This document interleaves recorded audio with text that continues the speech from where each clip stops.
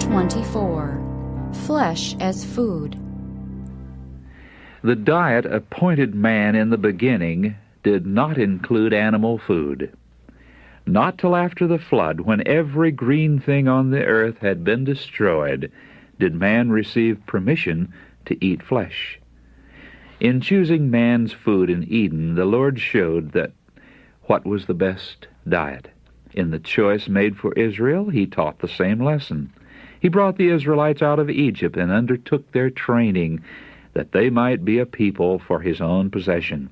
Through them he desired to bless and teach the world. He provided them with a food best adapted for this purpose, not flesh, but manna, the bread of heaven. It was only because of their discontent and their murmuring for the flesh pots of Egypt that animal food was granted them, and this only for a short time. Its use brought disease and death to thousands. Yet the restriction to a non-flesh diet was never heartily accepted. It continued to be the cause of discontent and murmuring, open or secret, and it was not made permanent. Upon their settlement in Canaan, the Israelites were permitted the use of animal food, but under careful restrictions which tended to lessen the evil results. The use of swine's flesh was prohibited, as also of other animals and of birds and fish whose flesh was pronounced unclean. Of the meats permitted, the eating of the fat and the blood was strictly forbidden. Only such animals could be used for food as were in good condition. No creature that was torn, that had died of itself, or from which the blood had not been carefully drained, could be used as food. By departing from the plan divinely appointed for their diet, the Israelites suffered great loss. They desired a flesh diet, and they reaped its results. They did not reach God's ideal of character or fulfill his purpose. The Lord gave them their request, but sent leanness into their souls. Psalms 106:15. They valued the earthly above the spiritual, and the sacred preeminence which was his purpose for them they did not attain. Reasons for discarding flesh foods. Those who eat flesh are but eating grains and vegetables at second hand, for the animal receives from these things the nutrition that produces growth. The life that was in the grains and vegetables passes into the eater. We receive it by eating the flesh of the animal. How much better to get it direct by eating the food that God provided for our use. Flesh was never the best food, but its use is now doubly objectionable, since disease in animals is so rapidly increasing. Those who use flesh foods little know what they're eating. Often, if they could see the animals when living and know the quality of the meat they eat, they would turn from it with loathing. People are continually eating flesh that is filled with tuberculous and cancerous germs. Tuberculosis, cancer, and other fatal diseases are thus communicated. The tissues of the swine swarm with parasites. Of the swine, God said, "It is unclean unto you. Ye shall not eat of their flesh, nor touch their dead carcass." Deuteronomy 14, verse 8. This command was given because swine's flesh is unfit for food. Swine are scavengers, and this is the only use they were intended to serve. Never under any circumstances was their flesh to be eaten by human beings. It is impossible for the flesh of any living creature to be wholesome when filth is its natural element and when it feeds upon every detestable thing. Often animals are taken to market and sold for food when they're so diseased that their owners fear to keep them any longer. And some of the processes of fattening them for market produce disease. Shut away from the light and pure air, breathing the atmosphere of filthy stables, perhaps fattening on decaying food, the entire body soon becomes contaminated with foul matter. Animals are often transported long distances and subjected to great suffering in reaching a market. Taken from the green pastures and traveling for weary miles over the hot, dusty roads, or crowded into filthy cars, feverish and exhausted, often for many hours deprived of food and water, The poor creatures are driven to their death, that human beings may feast on their carcasses. In many places, fish become so contaminated by the filth on which they feed as to be a cause of disease. This is especially the case where the fish come in contact with the sewage of large cities. The fish that are fed on the contents of the drains may pass into distant waters and may be caught where the water is pure and fresh.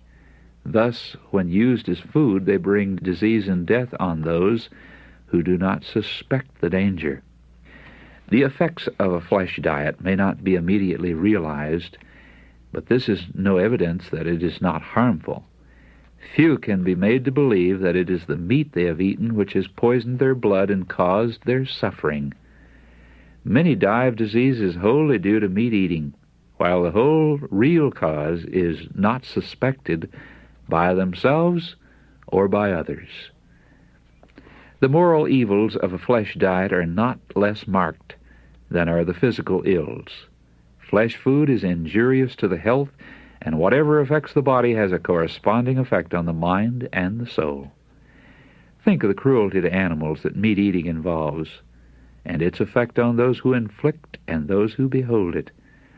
How it destroys the tenderness with which we should regard these creatures of God. The intelligence displayed by many dumb animals approaches so closely to human intelligence that it is a mystery. The animals see and hear and love and fear and suffer. They use their organs far more faithfully than many human beings use theirs. They manifest sympathy and tenderness toward their companions in suffering.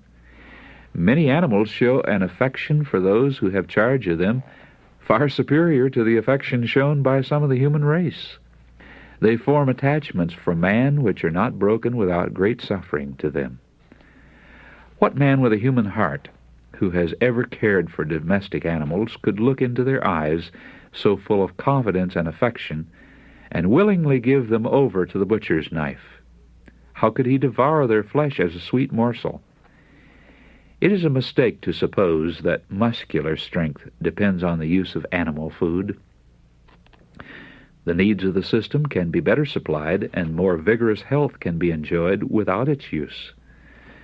The grains, with fruits, nuts, and vegetables, contain all the nutritive properties necessary to make good blood. These essentials are not so well or so fully supplied by a flesh diet.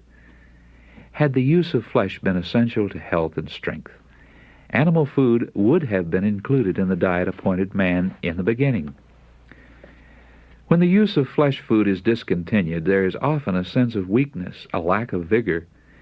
Many urge this as evidence that flesh food is essential, but it is because foods of this class are stimulating, because they fever the blood and excite the nerves, that they are so missed.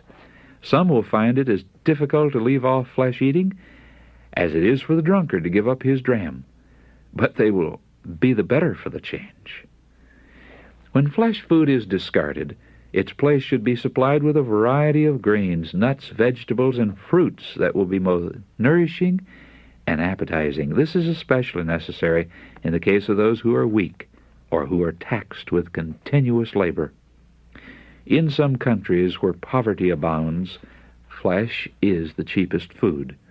Under these circumstances, the change will be made with greater difficulty, but it can be effected. We should, however, consider the situation of the people and the power of lifelong habit, and should be careful not to urge even right ideas unduly. None should be urged to make the change abruptly. The place of meat should be supplied with wholesome foods that are inexpensive. In this matter, very much depends on the cook. With care and skill, dishes may be prepared that will be both nutritious and appetizing, and will to a great degree take the place of flesh food. In all cases, educate the conscience. Enlist the will. Supply the good, wholesome food, and the change will be readily made, and the demand for flesh will soon cease. Is it not time that all should aim to dispense with flesh foods? How can those who are seeking to become pure, refined, and holy that they may have the companionship of heavenly angels, continue to use as food anything that has so harmful an effect upon soul and body? How can they take the life of God's creatures that they may consume the flesh as a luxury?